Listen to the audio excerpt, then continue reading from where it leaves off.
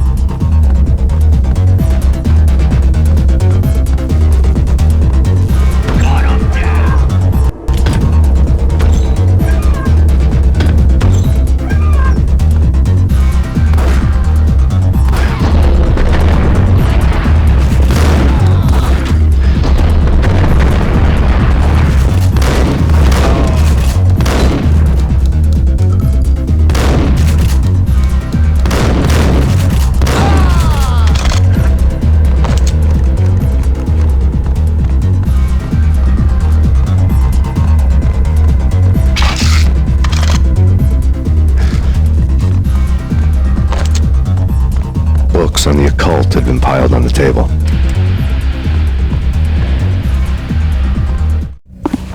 The room was stacked with light reading, such as Necronomicon, Witchcraft, and Paradise Lost. Old exotic titles like Malleus Maleficarum and De Umbrarum Reini Novum Portus. Books with pentagrams on their covers, all dealing with the occult and the infernal, lying between stacks of horror videos and a couple of Ouija boards. The only thing I could take seriously was the thought of Lupino taking it seriously. He had been spending a lot of time getting intimate with the guy downstairs.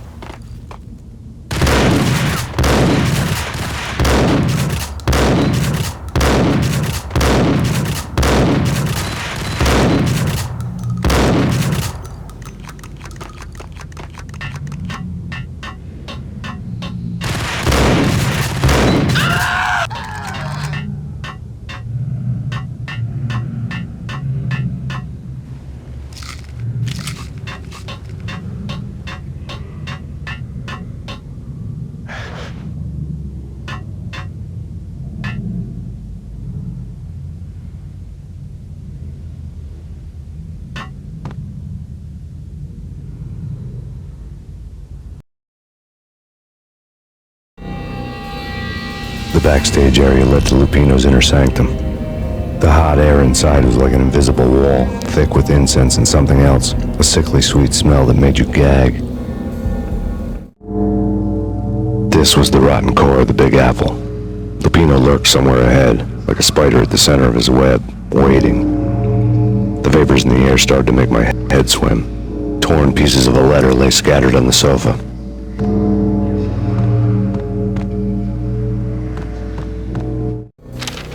Punchinello had threatened Lupino in writing. The note had been torn to pieces, bloody fingerprints all over them. Don't want you to think that one of my boys is not playing with a full deck. Shape up, Jack.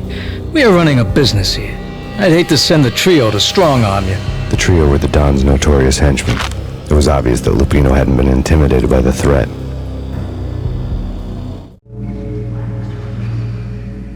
Lupino's notes covered the table. Jack Lupino was crazy, all right. The table was scattered with notes of demented arcane nonsense written in rusty blood, a mishmash list of demons, devils, and dark gods evoked.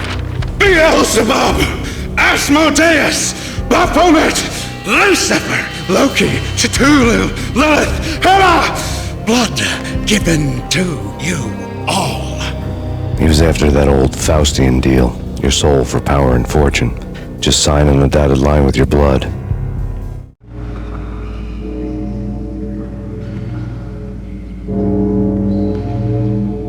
Lupino's notebook lay on the pedestal.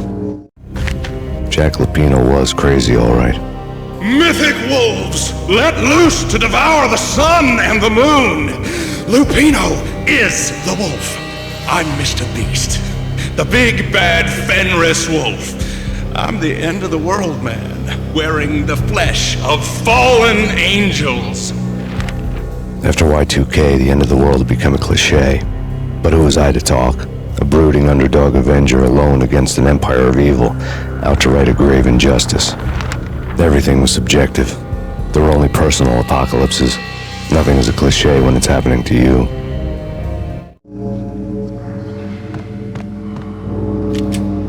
The flesh of fallen angels! Come to me all! Astaroth, Beelzebub, Asmodeus, Baphomet, Lucifer, Loki, Satan, Cthulhu, Lilith, Hera! Blood to you all! Secret. Under the skin of reality. I've seen it. The corruption of flesh.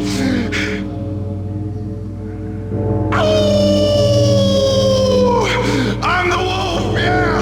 I am the wolf! It's coming. You have come. A witness to the end of time. It's now! I will rise to her side! I don't need the words! I'm beyond the words!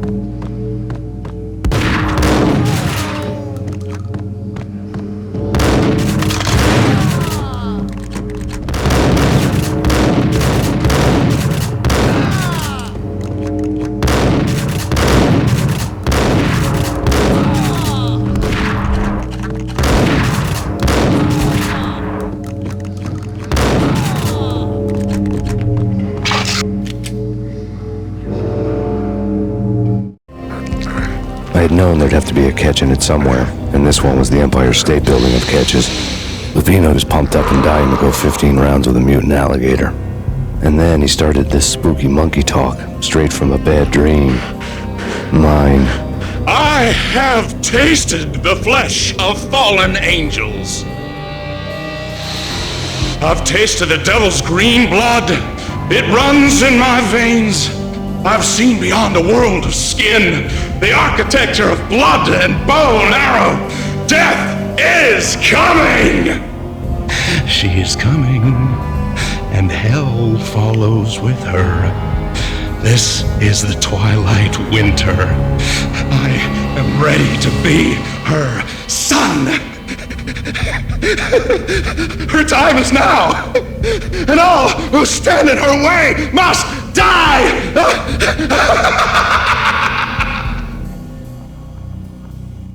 Die! You'll die! You'll die! Now! All die!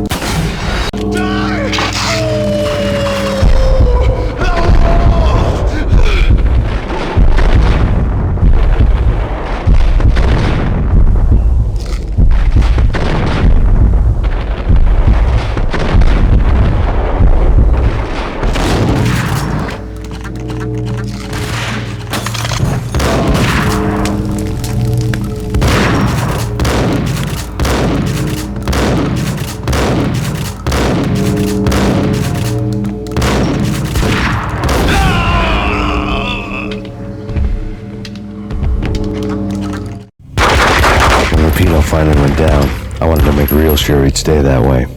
V was a bad monster. Turned them into friggin' zombie demons from outer space. I think he's dead already. Huh? And that's when it happened. But dead or not, you've got the wrong guy. In stepped this knockout femme fatale holding a gun to my face. I returned the favor. Lisa Punchinello. Lisa Punchinello was the Don's wife. Mona Sachs. Lisa's evil twin. Your safety's off, evil twin. You might hurt someone with that gun of yours. Lisa's the damsel in distress. I'm the professional. I'd blow you away without batting an eye. Sure, and you can check out my credentials splattered all over this joint. Jack couldn't have framed you. Not the state he was in. We're after the same slime bag.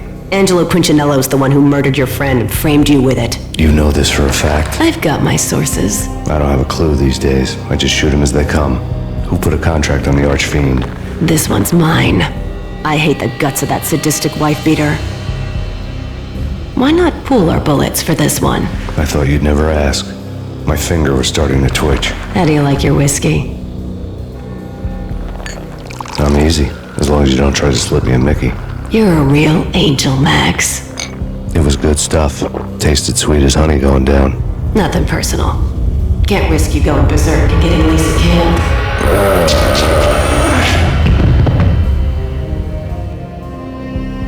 The nightmare was always the same.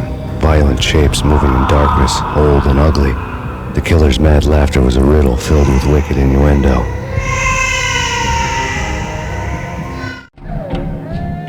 Somewhere, the baby was crying.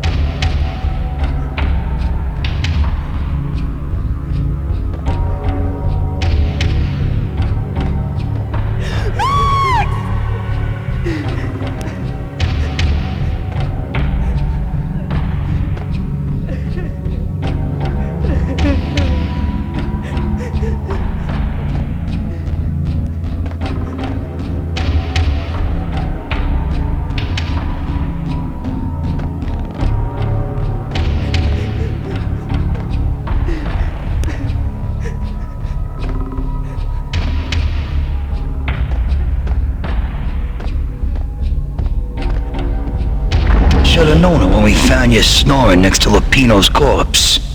A comedian, huh? The pictures were filled with good old times.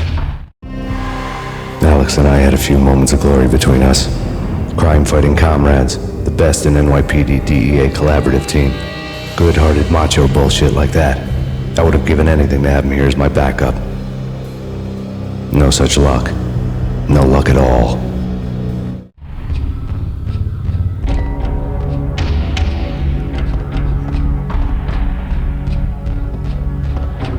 Michelle looked at me from the photo.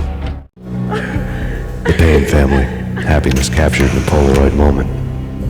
I had thought it would last forever, till death do us part. I didn't want to think about it. As long as I didn't, it could never happen. But I had broken my own rule. The thought had already slipped in. Fear was rusty needles poking at my brain. Cold and scaly, it slithered down my chest.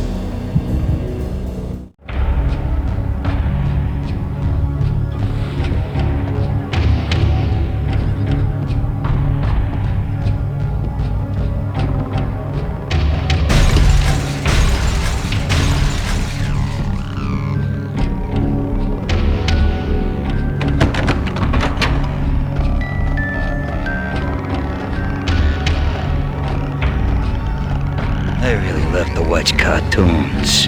Captain Baseball Bat Boy's my favorite.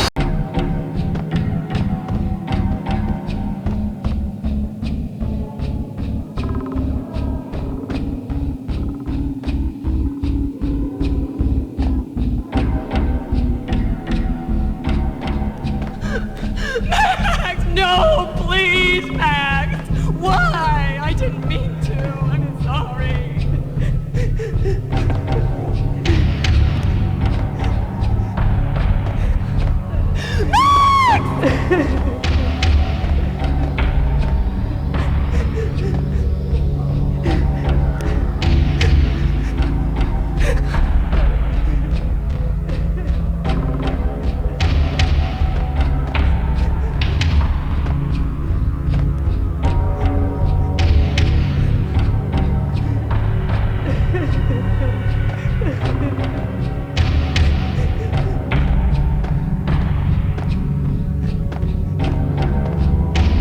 Should've known it when we found you snoring next to Lupino's corpse. A comedian, huh? The pictures were filled. Alex and I had a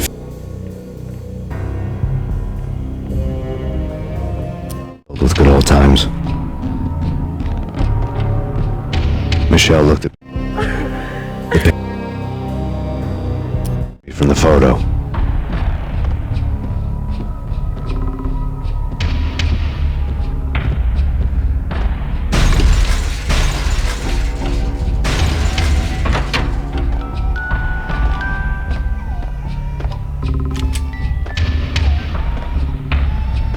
I really love to watch cartoons. Captain Baseball Bat Boy's my favorite.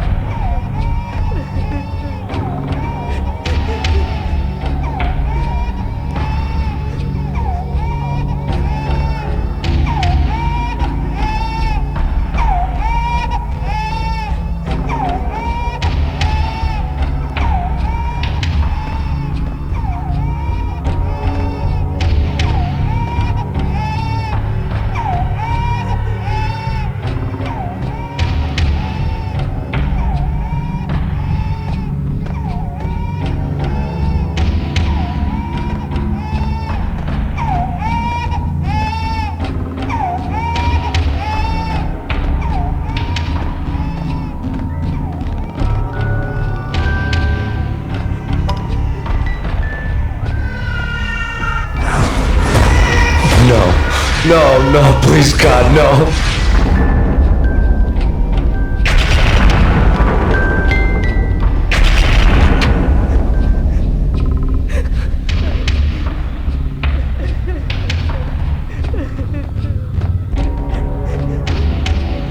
Slice him, dice him, shoot him full of holes, blow him to bits, vaporize him, disintegrate him.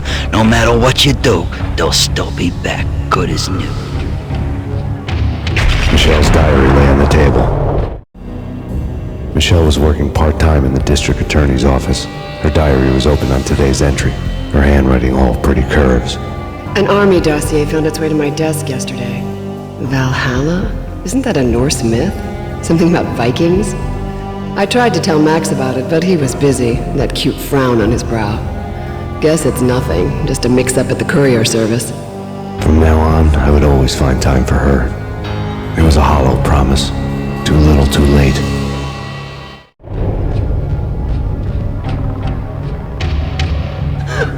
Max, no, please, Max! Why? I didn't mean to. I'm sorry.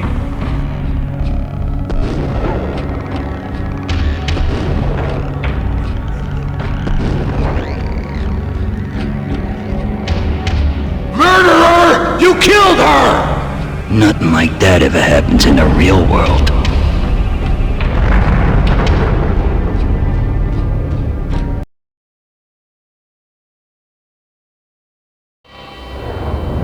I woke up in a bad dream. My head felt 2 sizes too small for my brain, Max Payne. I envy your name. and the killer was smiling. Pleased to meet you. I'm Frankie the Bat Niagara. Niagara, as in you cry a lot? He had a baseball bat and I was tied to a chair. Pissing him off was the smart thing to do.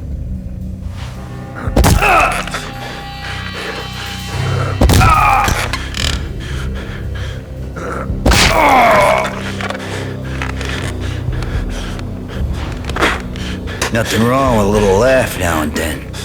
Take me, for example. I love to watch cartoons. Cartoon violence is a fascinating thing. Let's take a break. I need to take a leak and maybe grab a cold one at the bar. Don't worry. I'll be back to finish this off.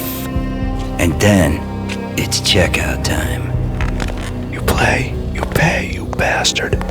He swaggered out, and the door clanged shut behind him, locks clicking into place. Everyone makes mistakes. Mine hadn't been to crack jokes about the goon with the bat. He'd have cracked my skull regardless. It hadn't even been to trust a girl with a gun. I had blindly gone after the first bad guy on my hit list when I should have been aiming further up the ladder, at the head of the Punchinello family. I couldn't bring myself to be pissed at Mona. Guess I had a soft spot for a pretty face.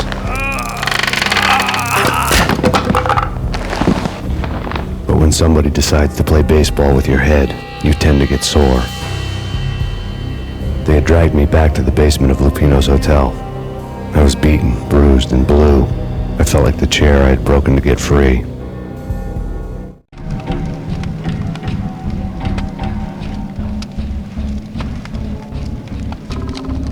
All I had was Niagara's bat, sticky with my own blood.